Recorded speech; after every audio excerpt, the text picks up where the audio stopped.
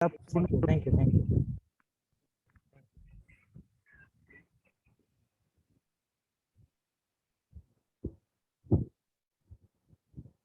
ठीक है, आगे नेक्स्ट कौन पढ़ेंगे? कंटिन्यू करूँगा भी? नहीं, समझने छोड़ दी। अजामिल अपने द्वारा पूर्ण पुरुषोत्तम भगवान के नाम की महिमा का गायन से ही अदरणीय हो गया था। विष्णु दूतों से ने इसकी व्याख्या इस प्रकार की: यह ब्रह्मांड मात्र एक बार नारायण का नाम उच्चारण करने के से पापी जीवन के फलों से मुक्त हो गया है। यह न केवल इस जन्म के पापों से मुक्त हो गया है, अपितु कई हजारों अन्य जीवनों के पापों से भी मुक्त हो गया है। उसने पहले ही अपने पाप कर्मों को का प्रायश्चित कर लिया है। जो कोई शास्त्रों के निर्देशानुसार प्रायश्चित करता है, रोजी नीचे थोड़ा, वह वस्तुतः पाप कर्मों के फलों से मुक्त नहीं होता, किंतु यदि वह भगवान के पवित्र नाम का कीर्तन करता है तो ऐसे कीर्तन की एक परछाई मात्र से वह सारे पापों से तुरंत मुक्त हो जाता है। भगवान के नाम की महिमा का कीर्तन सारे सौभाग्य का उदय कराता है। अतएव इसमें संदेश नहीं है कि सारे पाप कर्मों के फलों से पूर्णतः मुक्त होने के कारण अजामिल को यमराज द्वारा दंड नहीं मिलना चाहिए। जब वह यह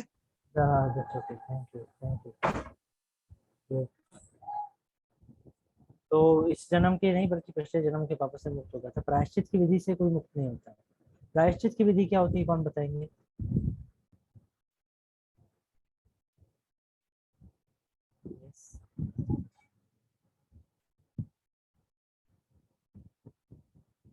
क्या डिस्कस किया हमने? प्रायश्चित की विधि क्या होती है? बस चैप्टर में डिस्कस किया।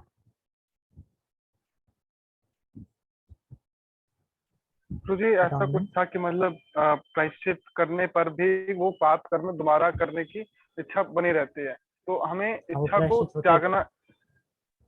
प्रायश्चित क्या होता है?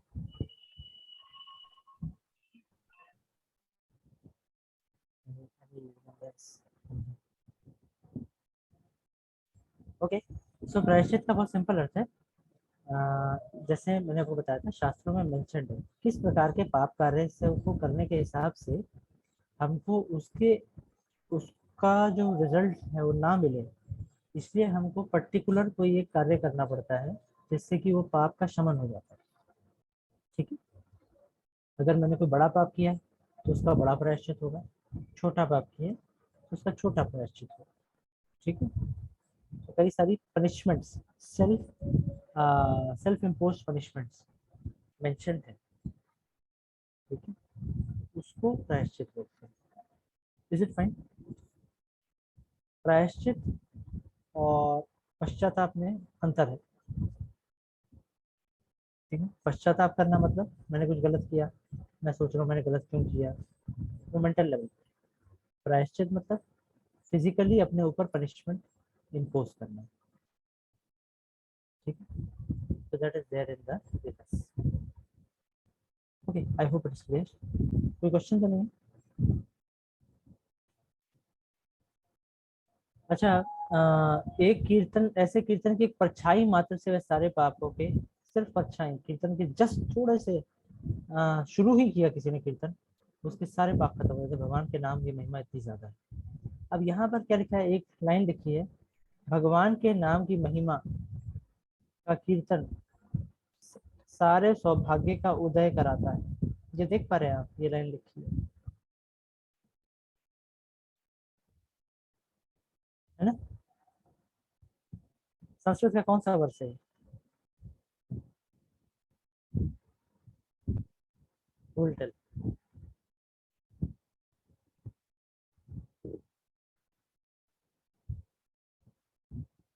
तुझे आपकी आवाज ब्रेक हो गई थी बीच में। मैं पूछ रहा हूँ, ये जो आपने हाईलाइटेड देख रहे हो लाइन, ये संस्कृत का कौन सा वर्ष है?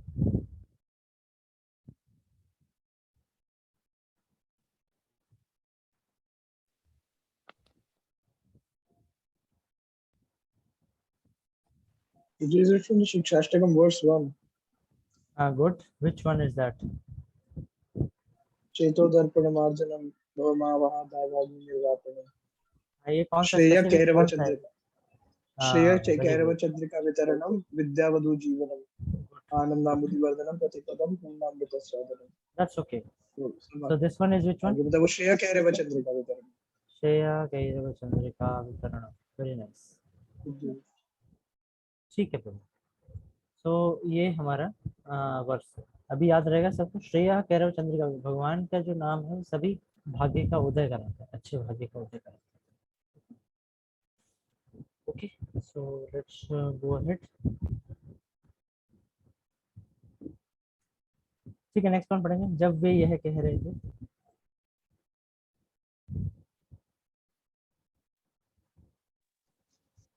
जब वे यह कह रहे थे तो विष्णु दूतों ने अजामिल को यमदूतों के पास से छुड़ा दिया और वे अपने धाम को चले गए। किंतु ब्राह्मण अजामिल ने विष्णु दूतों को सादर नमस्कार किया। तब उसकी समझ में आया कि वह कितना भाग्यशाली था कि उसने अपने जीवन के अंत में नारायण के नाम का उच्चारण किया। निस्संदेह वह अपने सौभाग्य का पूर्ण महत्व अनुभव कर सका। यमदूतों और विष्णुदूतों के बीच हुए वाद विवाद को भली भांति समझने के बाद वह पूर्ण पुरुषोत्तम भगवान का शुद्ध भक्त बन गया। उसने अत्यधिक पश्चाताप किया कि वह कितना बड़ा पापी था और बारंबार अपने को कोसा। अंततः विष्णुदूतों की संगति से अपनी थैंक यू। तो इसमें बहुत अच्छे इंपॉर्टेंट पॉइंट बता रहे हैं कि विष्णु दूतों के जाने का। अब अजामिल को ये नहीं लगा कि कोई उसने बुरा सपना देख लिया। हमारे साथ ऐसा तो हमको लगेगा बुरा सपना देख लिया था और बाकी साथ के लोग भी यही कहेंगे, अरे कुछ नहीं था, तुमने सपना देखा होगा, फालतू परेशान हो गए, ऐसे तो बहुत सपने आते हैं। लेकिन अजामिल को ऐसा फील हुआ। अजामिल को लगा नहीं, कुछ तो सच सच देखा है और सही में रियलिटी देखी, सही में विष्णु दूतों को देखा था, दूतों को देखा था। और उसको फिर समझ आया कि विष्णु दूतों ने मेरी रक्षा की है, उनको नमस्कार किया उसने। इससे पहले कि वो कुछ बोल पाता, बोलना चाह रहा था, बोलने से पहले उनके दोनों गायब हो। और फिर उसको समझ आया भगवान नाम के, नारायण के नाम का कितना महत्व है। हाँ? और फिर वो भगवान का शुद्ध भक्त बन गया। यहाँ पे लास्ट लाइन है, ये बहुत इंपॉर्टेंट है। उसने अत्यधिक पश्चाताप किया कि वह इतना बड़ा पापी था और बारंबार अपने को कोसा। ये बहुत इंपॉर्टेंट है। किसी ने पाप किया हो कोई बड़ी बात नहीं, उसके सारे के सारे पाप के फल धुल जाएंगे भगवान के एक नाम जप करने से। लेकिन कब धुलेंगे? जब वो पश्चाताप करेगा कि मैंने कितना बड़ा पाप किया और बारंबार अपने को कोसे। अगर कोई इस मेंटालिटी के साथ नाम जप करता है तो उसके जो जितने भी अनर्थ है फटाफट चले जाएंगे, तो फटाफट प्रेम के स्टेज पे आ जाएगा। लेकिन हम नाम जप करते हैं और साथ में अगर हम ये मेंटालिटी रखते हैं कि ठीक है थोड़ा बहुत एंजॉय भी ठीक है, चलता है सब चलता है, everything is okay, spirituality is okay, also okay, sensitivity also okay, okay सब थोड़ा थोड़ा तो होता ही है। तो then that is not very good mentality. यहाँ पे क्या लिखा है? अत्यधिक पश्चाताप किया कि वह इतना बड़ा पापी था और बारंबार अपने को कोसा। इस पे नोटिस करना चाहिए। ठीक है, आगे पढ़िए तो। अंततः विष्णु दूतों की संगति से अपने मूल चेतना को जागृत हो जाने पर अजामिल ने सर्वस्व त्याग दिया और हरिद्वार चला गया, जहां वह अविचलित भाव से भगवान पूर्ण पुरुषोत्तम भगवान का चिंतन करते हुए भक्ति में लग गया तथा विष्णुदूत वहां पहुंचा और उन्होंने उसे सोने के सिंहासन पर बैठाया और फिर वैकुंठ ले गए। अब इसने क्या किया? अब ठीक से भक्ति करना शुरू किया। ठीक है, अब कैसे किया? अब वहां पे फिर से वैश्या के साथ रहता तो फिर दिक्कत होती। तो अब उसने सोचा ये सब तो बेकार है। जिस नारायण बच्चे का नाम लिया था, जिस बच्चे के कारण वो बच्चा था, उस बच्चे को भी छोड़ दिया। इसको छोड़ के वो अब असली नारायण के शरण में जाने के लिए तैयार हो गया। प्रहलाद महाराज कहते हैं, प्रहलाद महाराज से हिरण्यकश्यप ने पूछा था कि ये बताइए कि सबसे अच्छी चीज आपने क्या सीखी है? तो बोले श्रवणम कीर्तनम विष्णु स्मरणम। और फिर हिरण्यकश्यप को भी एडवाइस देते हैं। हिरण्यकश्यप को बोलते हैं कि तत्साधु मन्य असुर वरे देहिना सदा सबुद्धिर्भृत याम असत कहा। हित्वा आत्मघातम गृहम अंधकूपम वनम गतो यत् हरिमाश्रयेत। हिरण्यकशिपु को बोलते हैं कि असुर वर्य देही नाम, आप असुर वर्य हैं, साधु मन्य असुर वर्य देही नाम, दिया सब सदा समुद्विग्न दिया मसद रहा। आपका जो हृदय है, जो कोई भी भौतिकतावादी व्यक्ति हो, डायरेक्टली हिरण्यकशिपु को नहीं बोलते, वो एक भौतिकतावादी के व्यक्ति की तरफ पॉइंट करते हुए बोलते हैं, कहते हैं कोई भी भौतिकतावादी व्यक्ति है उसको क्या करना चाहिए। पहली चीज तो उसका जो हृदय है वो हमेशा चिंता से भरा हुआ है। धिया सदा समुद्विग्न, हमेशा उद्विग्न रहता है, ऑलवेज डिस्टर्ब। सदा मतलब हमेशा, सम उद्विग्न, उद्विग्न मतलब डिस्टर्ब, सम उद्विग्न मतलब कंप्लीटली डिस्टर्ब, हमेशा ही बहुत ज्यादा परेशान। कोई भी भौतिकतावादी व्यक्ति ध्यान असत ग्रहात, क्यों? क्योंकि वो असत चीजों को ग्रहण किया। तो उसके बाद क्या बोल रहे हैं, अब ऐसे व्यक्ति के लिए क्या एडवाइस है, हित्वा आत्मघातम गृहम अंधकूपम, बोलते हैं ऐसे व्यक्ति को घर छोड़ के, घर की संज्ञा भी देते हैं कई सारी, हित्वा आत्मघातम गृहम अंधकूपम, घर को बताया अंधकूप, बोले घर छोड़ के वो वन में चला जाता है। वनम गतो यत् हरिमाश्रय, और वन में जाके उसको क्या करना चाहिए, भगवान हरि का आश्रय लेना चाहिए। यानी कि इनडायरेक्टली हिरण्यकशिपु को बात आते कि आप भी ये इधर अपना बड़ा राज्य छोड़ो और जाके हरि की शरण लो, वन में चले जाओ। हिरण्यकशिपु इनडायरेक्टली अपने पापा को बोल रहे थे, बेटा कि पापा वानप्रस्थ ले लो, अब घर पे जाके आपके बैठे रहने का फायदा कोई नहीं है, अभी छोड़ो घर। तो यहाँ पर वही चीज अजामिल ने किया, इन्होंने he left his home and then went to Haridwar. और फिर वहां जब उन्होंने प्रॉपर भक्ति किया तो फिर वहां से वैकुंठ लोक से विमान आया। ओके, लास्ट संक्षेप में प्रारंभिक अवस्था नामभाग में प्रारंभ किए जाने से वॉइस इज नॉट क्लियर बाबू, खुशी हो वॉइस क्लियर नहीं, आप लोग वॉइस क्लियर आ रही? नो प्रभु जी। अब आ रही? बोलिए, देवोटी बताएंगे। नो प्रभु।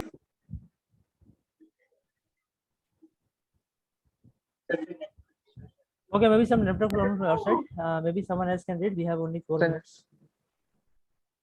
कुछ नेटवर्क प्रॉब्लम जो आपके साथ? संक्षेप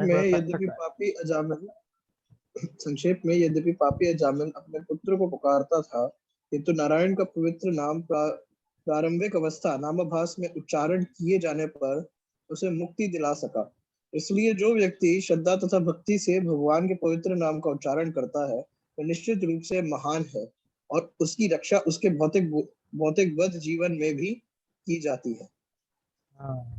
ठीक है, जो नामाभास से उन्होंने शुरू किया था, नामाभास तो बिल्कुल प्रारंभिक अवस्था है, उससे भी मुक्ति उससे मिल गई। तो फिर जो श्रद्धा के साथ और भक्ति के साथ, प्रेम के साथ भगवान के नाम का उच्चारण करता है तो उसकी रक्षा तो भगवान हर स्थिति में करेंगे ही करेंगे, चाहे वो मटेरियल लाइफ में ही क्यों ना, सो कॉल्ड मटेरियल लाइफ। ठीक है, any questions? If you have no question, then we'll go through some shlokas also. Hare Krishna Prabhu ji. Yes. तो जी मेरा एक प्रश्न है, तो जी जैसे भी हमने यहाँ पर अभी हमने पढ़ा कि अजामिल ने बाद में बहुत ज्यादा पश्चाताप किया और बार बार अपने उस गलती की वजह से अपने आप को कोसा। तो जी हम ना इसको, अब जब हमारी क्लास हुई थी एक, जब हमने उसमें महादेव की लीला सुनी थी, जब महादेव जी जो है वो मोहिनी मूर्ति के पीछे, उनको मतलब मोहिनी मूर्ति के पीछे चले गए थे वो, अब बाद में शिवजी बहुत जब हुए थे, शिवजी खुश इसलिए हुए थे क्योंकि भगवान विष्णु ने उनको हराया, वो योग माया से हारे। तो जी आपने उसमें मतलब हमें ऐसा बताया था कि जहाँ तक मतलब मुझे याद है, जब मैं समझ पाया हूँ कि तो जी आपने ऐसा बोला था कि जब हम माया में गिर जाएं तो हमें ज्यादा सोचना नहीं चाहिए, इंस्टेड ऑफ हम ये सोच सकते हैं कि अब हम क्या करें। और मतलब भगवान शिव जी जो परम वैष्णव वो भी माया में गिर गए, तो हमारे लिए तो बहुत छोटी सी बात है, तो हमें इंस्टेड इसको ज्यादा सोचना नहीं चाहिए। और यहाँ हम मतलब यहाँ देख रहे हैं कि अजामिल जो थे वो अपने आप को बार बार कोस रहे हैं, तो जी इसका even if I said that, I never meant that अब मैं अगर मान लो मैं माया में गिर गया मान लो, तो अब उसके बाद मुझे ज़्यादा सोचना नहीं है, और इसका ये अर्थ नहीं है कि ठीक है अब कल भी गिर जाऊंगा, ठीक है परसों भी गिर जाऊंगा, कोई दिक्कत नहीं है, सब बराबर है।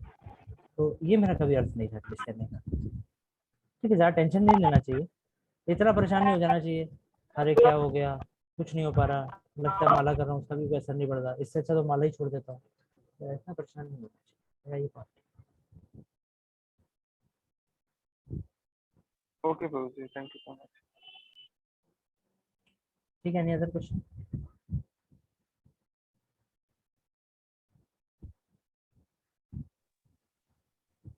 ठीक हरे है, कृष्ण प्रभु जी। सुनो। यस।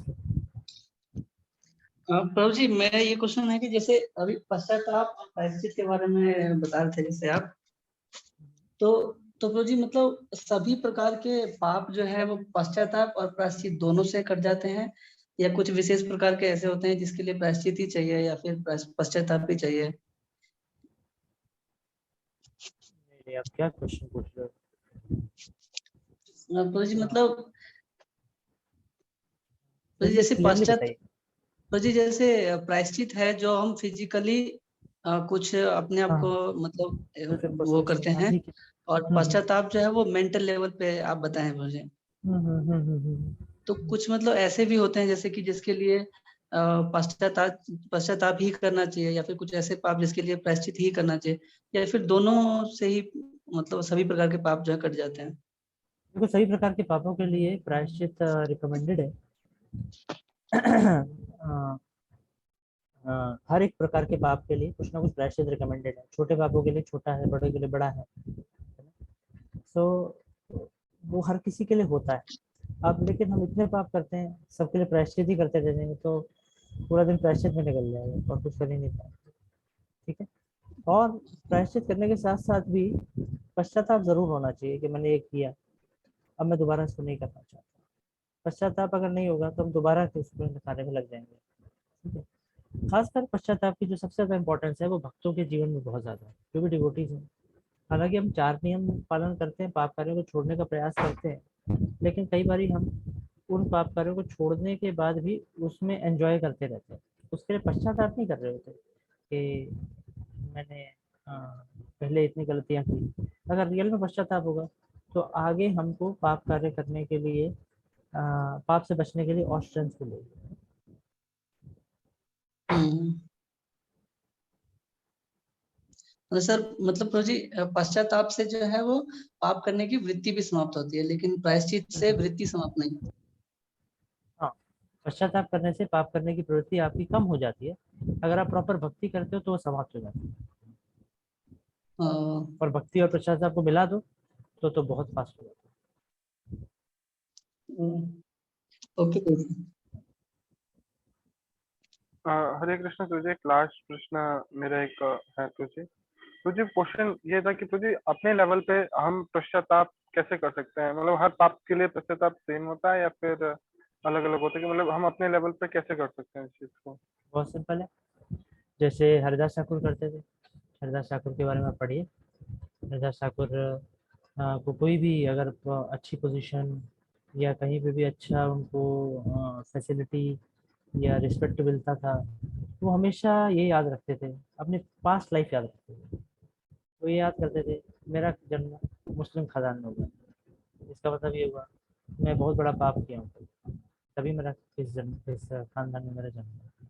वैसे वो हमेशा पश्चाताप करते थे, क्योंकि वो पश्चाताप करते थे इसलिए वो कभी भी इंद्रिय तृप्ति की फैसिलिटी मिलने पर भी उसमें उसके अंदर में उससे bewildered नहीं होते।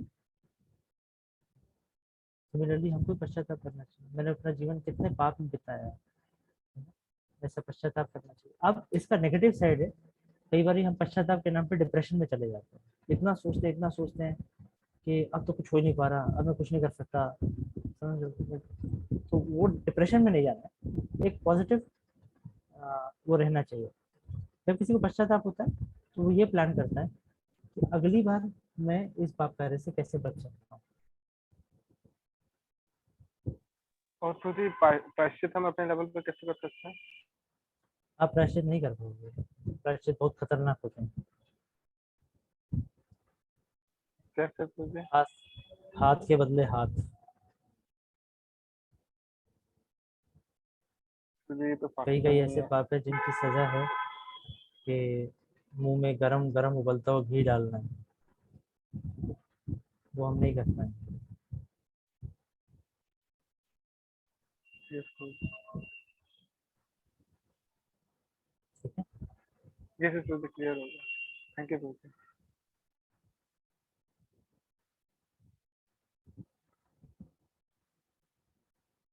चलिए ठीक है, और कोई क्वेश्चन तो नहीं है?